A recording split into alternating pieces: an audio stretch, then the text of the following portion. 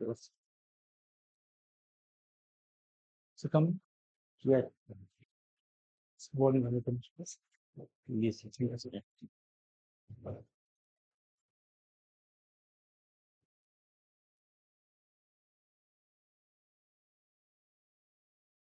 Rajkamal, presently what you are doing? Sir अभी मैं preparation ही कर रहा था आरजीएस की, अच्छा, और इससे पहले सर मैंने एलएलएम किया। एलएलएम काय में किया आपने? Sir constitution. Constitution law. Yes sir.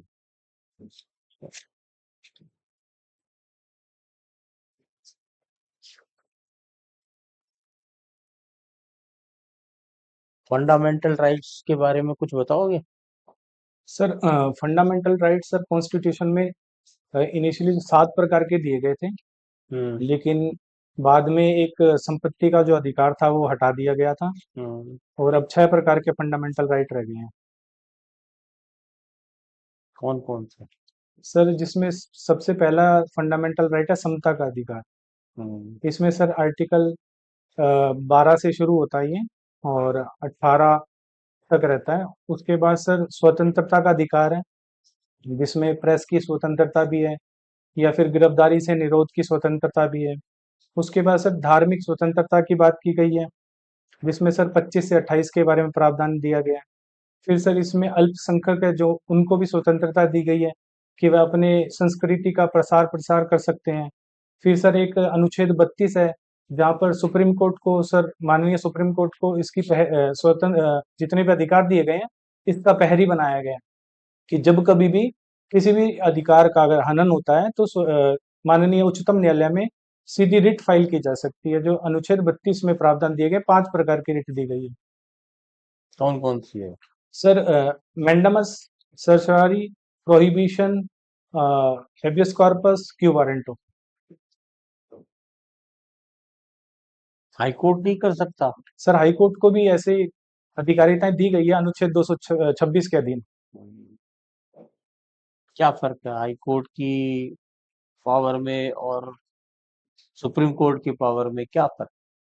Sir अनुच्छेद 32 में सिर्फ जो संविधान में मूल अधिकार दिए गए हैं उनके हनन के संबंध में अगर कोई भी रिट जारी करनी है तो वो सिर्फ उसके संबंध में ही जारी की जा सकती है, जबकि 226 के अनुच्छेद में हाई कोर्ट को इससे विस्तृत शक्तियां दी गई है, जो कि अन्य प्रयोजनों के लिए भी जारी की जा सकती है।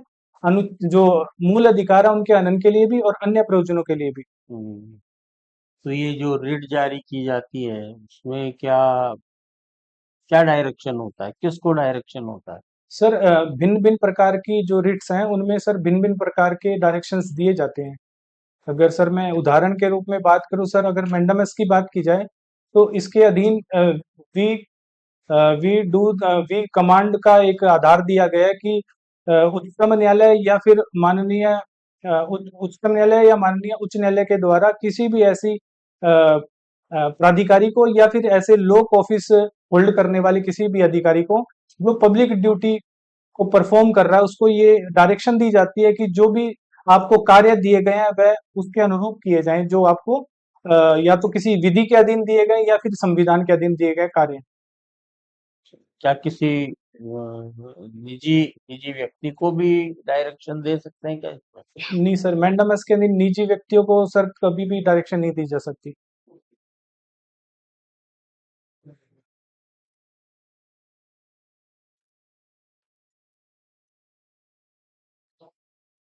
ये टॉर्ट और क्राइम में क्या फर्क है? सर कोर्ट सर जब कभी कोई भी ऐसा किसी अधिकारों का हनन या फिर कोई ऐसा कार्य कर दिया जाता है जिसमें सिर्फ कंपनसेशन का प्रावधान दिया गया हो, जबकि क्राइम अगर किया जाए तो वहां पर सर पनिशमेंट के प्रावधान भी दिए जाते हैं। तो इसमें सर कोर्ट में कंपनसेशन होता है सर, और क्राइम में सर पनिशमेंट का प्रावधान। नहीं, वो तो आपने बता दिया। कंपल्सरी टोर्ट है क्या? सर सिविल दोष सर, हाँ। किसी प्रकार का सिविल दोष है उसे सर अपकृत्य या टोट कहा गया है, जबकि क्राइम सर राज्य के विरुद्ध जो दिए गए नियम या सब्सटेंटिव लॉज है उनका सर उल्लंघन किया जाना है। ये आदेश 7 नियम 11 क्या है? सर सीपीसी के अधीन आदेश 7 और नियम 11 के अधीन सर कुछ आधार दिए गए हैं जहां पर किसी भी वाद को उनमें से किसी भी एक आधार पर या फिर एक से अधिक आधारों पर वाद को खारिज किया जा सकता है। और ये सेक्शन 11 क्या है? Sir CPC. सीपीसी का सेक्शन 11 सर रेस जुडिकेटा के प्रावधान को बताता है। जब कभी कोई भी ऐसा वाद दायर किया जाता है संबंधित या फिर कंपिटेंट कोर्ट में और उस विषय वस्तु पर या उन्हीं पक्षकारों के मध्य पहले किसी न्यायालय के द्वारा उसी विषय वस्तु पर या उन्हीं पक्षकारों के मध्य या उनसे व्युत्पन्न अधिकार करने वाले पक्षकारों के मध्य पहले ही डिसाइड कर दिया जाता है मामला, तब उसी आधारों पर दोबारा से वाद दायर नहीं किया जा सकता। ये रेस जुडिकेटा का प्रावधान है सर। धारा 77 क्या है? सेक्शन 73 कॉन्ट्रैक्ट एक्ट माफी क्या चाहूंगा सर। बताती है? माफी चाहूंगा सर। भारतीय संविदा अधिनियम की धारा 73 जो है हाँ जी। वो कुछ क्षतिपूर्ति का प्रावधान करती है, तो क्या है ये धारा? सर मैं सर अभी रिकॉल नहीं कर पा रहा, पर आप मेरे को अगर इजाजत दे तो मैं गैस कर पाऊंगा। हाँ।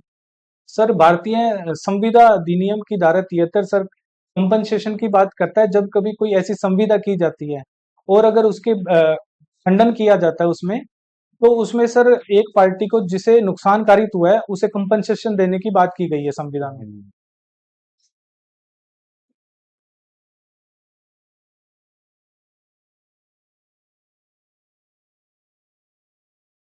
तो ये चेक अनादरण का क्या प्रावधान है?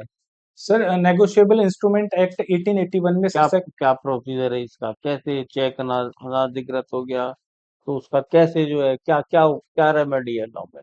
ठीक है सर, जब कभी कोई भी ऐसा लेखीवाल जिसने कोई चेक अपने किसी दायित्वों के उन्मोचन के लिए जारी किया गया होता है, यदि चेक का धारक या अनुक्रम में कोई धारक है, अगर उसने बैंक में उसे पेश कर दिया है या तो 6 महीने में जो एनआई एक्ट में दिया गया है या फिर 3 महीने में जो आरबीआई की गाइडलाइन के अनुसार है, उसके बाद यदि उसमें अपर्याप्त भुगतान राशि ना होने की वजह से उसे अपर्याप्त आधार पर भुगतान किए बिना वापस लौटा दिया जाता है, बैंक के द्वारा एक बैंक स्लिप दी जाती है। उसमें इस बात बात का स्पष्टांकन होता है कि इस खाते में पैसे पर्याप्त नहीं है जो भुगतान के लिए चाहिए थे। उसके बाद सर 30 दिन का एक नोटिस जारी किया जाना जरूरी है इसमें चेक के लेखीवाल को कि जो भी अमाउंट है उसका भुगतान कर दिया जाए। और यदि वह व्यक्ति 15 दिन के अंदर अंदर भुगतान नहीं करता है तो यहाँ पर sir cause of action raise हो जाता है सर सेक्शन 138 के क्लोज सी में। सर उसके बाद सर 30 दिन के अंदर अंदर सर परिवाद पेश करना पड़ेगा। अगर वो पेश नहीं किया जाता तो सर जो टाइमलाइन है वो गुजरने के बाद सर ये परिसीमा बाधित हो जाता है। तो कुछ करो परिवाद पेश कर दिया, यस सर। अब उसी विधि दायित्व में चेक दिया गया है, हम्म। तो अब उसकी वसूली का दावा भी साथ में कर सकता है क्या कोई व्यक्ति? सर बिल्कुल, इसमें वसूली का दावा भी साथ में सर सिविल कार्रवाई शुरू करनी पड़ेगी इसमें, हाँ। क्योंकि सर क्रिमिनल में सर इसमें पनिशमेंट भी है और इसमें फाइन भी है सर। इसमें अगर वसूली करनी है तो सिविल कार्रवाई अलग से करनी पड़ेगी। तो रेस जुडिकेटा नहीं हो जाएगा क्या? सर ये साथ साथ चलाई जा सकती है सर, यहाँ पर एसजुडिकेटा नहीं लगता है। तो लिमिटेशन एक्ट में धारा 5 क्या है? सर सेक्शन 5 बात करता है जब कभी कोई भी आवेदन या कोई अपील अगर पेश की जानी है और वह परिसीमा बाधित है, तब वहां अगर पार्टियों के द्वारा निवेदन किया जाता है तो उसकी परिसीमा को बढ़ाया जा सकता है। ये डिस्क्रेशन पावर है कोर्ट की। हम्म, अच्छा जैसे एक दावा है, वो वसूली का दावा है, कितने साल में पेश करना चाहिए? 3 साल में। और 3 साल के बाद धारा 5 की एप्लीकेशन लगा के भी पेश हो सकता है? सर नहीं। क्यों? सर धारा 5 वाद पर लागू नहीं होती।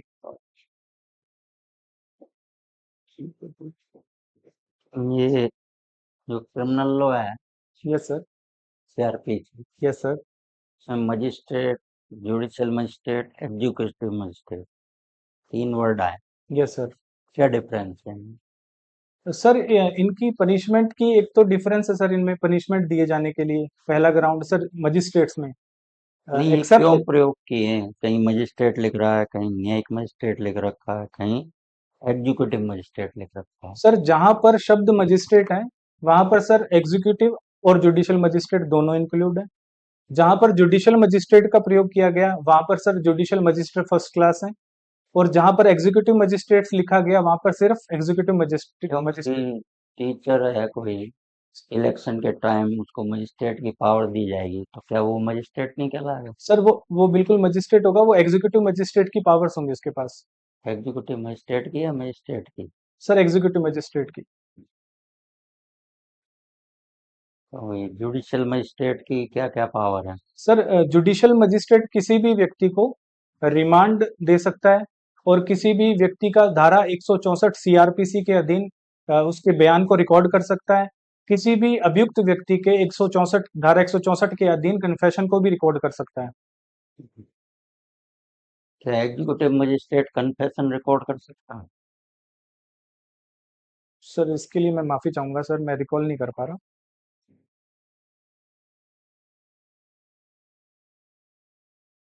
थेफ्ट में और लूट में क्या डिफरेंस है मेजर? थेफ्ट में और लूट में सर, थेफ्ट के सर जो 5 इंग्रेडिएंट दिए गए हैं 378 में, यदि वे पूरे हो जाते हैं तो थेफ्ट हो जाती है। जबकि थेफ्ट जब की जाती है या तो थेफ्ट करने में या थेफ्ट की संपत्ति को ले जाते हुए, यदि 3 प्रकार के कार्य कर दिए जाते हैं: तत्काल मृत्यु, तत्काल अवरोध और तत्काल मृत्यु, तत्काल अवरोध, तत्काल घोरपति। अगर ये सब कर दिया जाता है तो वो लूट की परिभाषा में चला जाता है। हाँ, तो क्या डिफरेंशिएट करता है इनको? सर इसमें तत्काल जो कार्य किए गए हैं 3 प्रकार के, यही डिफरेंस है सर दोनों में। यदि वो तत्काल नहीं है तो वो थेफ्ट माना जाएगा। यदि वो 3 प्रकार के तत्काल इंग्रेडिएंट क्या आ जाते हैं इंस्टेंट, तो इंस्टेंट है? तीन, जैसे सर पहला है तत्काल मृत्यु कारित करने का भय। ये सर पूछ रहे वो बताओ। एक ही इंग्रेडिएंट है, सिर्फ एक ही सब पूछ रहे, भय, जो दोनों को अंतर करता है। फियर। फियर, फियर, हाँ सर वो भय, भय। इन तीनों का भय है सर, बिल्कुल। भय कारित करता है, कारित करने का प्रयास करता है। हाँ जी, ए और बी दोनों एग्रीमेंट करते हैं। हाँ जी सर, बी का कोई मकान है, वो ए को बेचता है। हाँ जी, दोनों एक एग्रीमेंट लिखते हैं, हाँ जी, इससे अग्रिम राशि, इससे कंसिडरेशन में मकान बेचता हूँ, हाँ जी, 1 लाख अग्रिम दे देते हैं हाँ जी, और ये तय करते हैं कि 3 महीने बाद रजिस्ट्री करा दी जाएगी रेस्ट अमाउंट लेके। हाँ जी, ऐसा एग्रीमेंट वो कर लेते हैं, हाँ जी, ए और बी। बी जिसका मकान है, 6 महीने के बाद, हाँ जी, हाँ मतलब जी, 3 महीने का टाइम, 6 महीने के बाद सी के नाम रजिस्ट्री करा देता, हाँ जी, रजिस्टर्ड डीड, सेट डीड। ठीक है, ए को जब जानकारी होती है हाँ जी, कि मुझसे एग्रीमेंट कर रखा था, हाँ जी, लेकिन उसने सी के नाम रजिस्टर्ड सेल डीड करा दी, हाँ जी। देन वो क्या क्रिमिनल रेमेडी ले सकता है या सिविल या दोनों ले सकता है?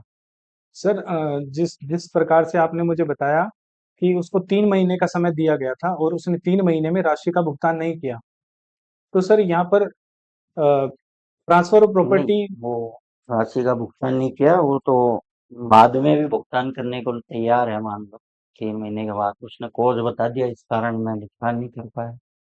ठीक है, तो सर जैसा मैं समझ पा रहा हूँ, आपने मुझसे जो सवाल पूछा है कि उसने भुगतान वो कभी भी कर सकता था हम्म, और उनका कॉन्ट्रैक्ट वैलिड होता, तो सर ऐसी स्थिति में जब कभी कॉन्ट्रैक्ट किया जाता है तो ये कॉन्ट्रैक्ट का भंग किया जाना होगा। सर यहाँ पर ब्रीच ऑफ कॉन्ट्रैक्ट आईपीसी में दिया गया सर, उसके भी प्रावधान लागू हो जाएंगे। और सर जो नुकसान से संभावनाओं से अगर कारित हो सकते हैं, उसके लिए सर रिकवरी के लिए भी सूट फाइल किया जा सकता है। नहीं तो है सिविल लाइबिलिटी, सिविल उसको क्या वो 420 406 का भी कर सकता है? यस सर, कर सकता है। यस सर, यदि आपके सामने ऐसे एफआईआर आए और रिमांड के लिए लाए 420 406 में, यस क्या सर। आप जेसीपीसी करोगे उसको, बी को? सर मैं समझ नहीं पाया, माफी चाहूंगा। या मान लो उसने क्रिमिनल कंप्लेंट कर दी, यस सर, क्रिमिनल कंप्लेंट में मान लो थाने में एफआईआर दर्ज हुई 420 यस सर, 406 में, यस सर, पुलिस ने इन्वेस्टिगेशन करके हाँ जी, बी को पेश किया आपके सामने हाँ जी, रिमांड के लिए। हम्म, अब इसने चीटिंग की है, यस, एग्रीमेंट इससे कर रखा था, हम्म, लेकिन सी को जमीन बेच दी, सेल डीड कर दी, यस सर, जबकि इसके पक्ष में एग्रीमेंट कर रखा था, तो यस इससे सर, चीटिंग हुई है। यस सर, आप ये रिमांड दें, यस, जेसी या पीसी जो भी मांगते हैं, यस सर। क्या रिमांड देंगे?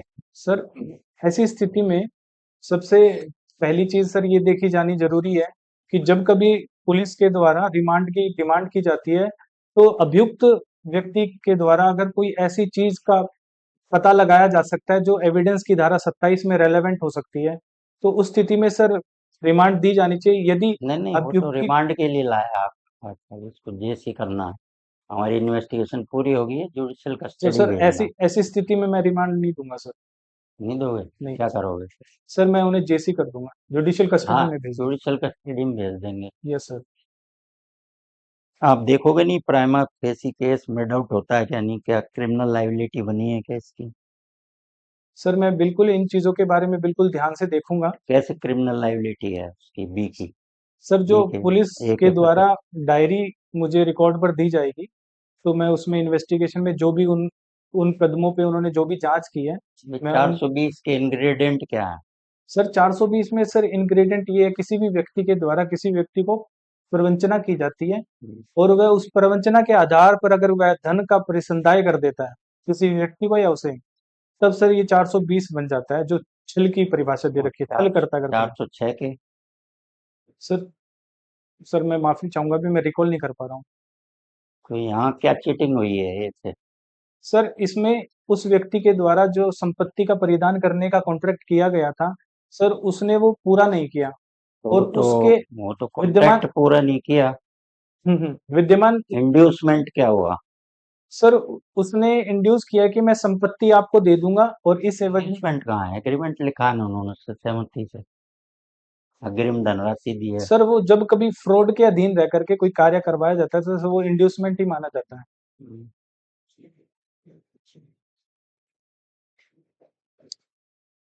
415 आईपीसी यस सर। और 420 आईपीसी में डिफरेंस क्या है? सर इसमें मूल्यवान प्रतिभूति या फिर धन का संदाय हो जाता है तब वो 420 हो जाती है, और धन या फिर मूल्यवान प्रतिभूति का अगर एब्सेंस है तो वो सर चीटिंग रहेगी 415। तो ये भी चीटिंग हो जाएगी? जैसे मान लो आप मेरी दुकान पे आए यस सर। और आपने कहा सर मेरे को नग लेने हैं, और मैंने एक नकली नग दिखाया, आप यस आपने सर। मना कर दिया, बोले मैं नहीं दे, यस आप सर। चले गए। मैंने कोई ऑफेंस किया क्या? सर बिल्कुल सर, यहाँ पर सर अटेम्प्ट हुआ है। अगर चीटिंग पूरी हो जाती है कि सर अंडर सेक्शन 415? सर बिल्कुल यहाँ पे चीटिंग पूरी हो जाती है सर। अच्छा, राजकमल, ये जेजे बोर्ड में और चिल्ड्रन कोर्ट में क्या अंतर है? सर जेजे बोर्ड को डिफाइन किया गया सर धारा 4 में, जहाँ पर सर जो अधिकारी बैठे होंगे वो आरजेएस लेवल के अधिकारी होते हैं, जबकि children board sir ADJ level के अधिकारी होते हैं जो धारा 27 में डिफाइन किए गए हैं। मतलब सेशन जज के? यस एडीजे तो सिविल में बोलोगे, सेशन जज यस लेवल। सर, सेशन जज सर। अच्छा, ये दो रिट बताए आपने, उत्प्रेषण और प्रतिषेध, क्या अंतर है दोनों में? सर उत्प्रेषण और प्रतिषेध। सर प्रतिषेध में सर जब कभी उच्चतम न्यायालय, माननीय उच्चतम न्यायालय या माननीय उच्च न्यायालय के अधीनस्थ न्यायालयों के द्वारा अपनी अधिकारिता के बाहर जाकर या फिर जो अधिकारिता दी गई है उनका प्रयोग ना करते हुए कोई ऐसा आदेश या कोई निर्णय दिया जाना हो, तो अगर जब तक वो दिया नहीं गया आदेश या निर्णय, तो अगर उन्हें बीच में रोकना है तो सर प्रतिषेध लगाई जाएगी रिट। और सर अगर उन्होंने ऑर्डर दे दिया या फिर कोई निर्णय दे दिया है, उसमें संशोधन या उसमें उसका क्योर करने के लिए सर फिर ऑपरेशन रिट जारी की जाएगी। इसको थोड़ा सा देखना दोनों को अंतर। ठीक है सर।